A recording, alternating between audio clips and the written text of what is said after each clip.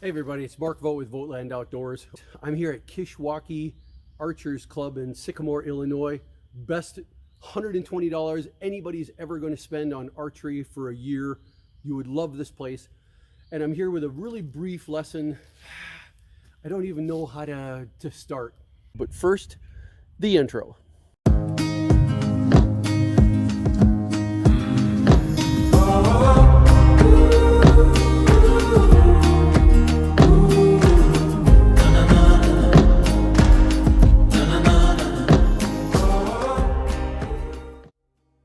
I've been watching a lot of the professional barebow archers, always talking about being traditionalists, always wanting to anchor on the side of their face like this, but then they spend so much time trying to still look down the top of the arrow that they go like this until their nose is touching the string. Do you see that?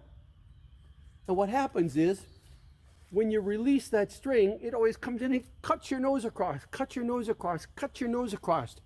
All for the sake of tradition. You guys are forcing yourselves to anchor on the side of your face, on your cheek. And yet, you insist, you understand the need to try to get your eye over the top of the arrow like this, so that there's no parallax, there's no error between what your eye is seeing and where the arrow is going. I got an idea for you. How about this? How about you stop trying to anchor on the side of your face and anchor under your chin? Your nose is completely out of the way. When you're like this and you're turning your face in, you're going to take your nose. You're always going to be hitting your nose. So if you just anchor under your chin, your nose is always behind your string. It never gets hit.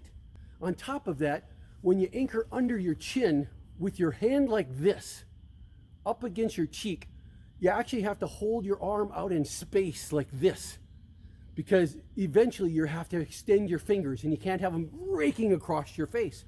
But when they're under your chin like this, you can actually anchor hard like this, right at that digit right here. And you can still open your fingers up while still maintaining that anchor. So you have a much stronger anchor holding that string on. Like this. On top of it, when you anchor, let's say I'm shooting at a 50-yard target and I'm anchoring on my cheek like this. This is the best that I can do as this is the best that I can do as far as the elevation of that arrow. But if I could actually anchor under my chin, I get this kind of an angle. I literally gain, I swear guys, you gain 50 yards of range by anchoring underneath your chin. Range that you never had before. So that when I'm shooting at a close-up target and I'm anchoring underneath my chin, I have that short range, we all do. But if I want to start shooting at that 50-yard target, a lot of you guys that are face walking are going to go like this, and you're going to be suddenly thinking, no, I don't know if I have the range. Certainly you're not going to have it when you're at 60, at 70, at 80, at 90 meters. You absolutely know you're already too flat. There's nothing you could do to actually get that arrow to elevate up like this to be able to take the shot. But if you anchor under your chin, you can get elevations that look like this. You can get elevations that look like this.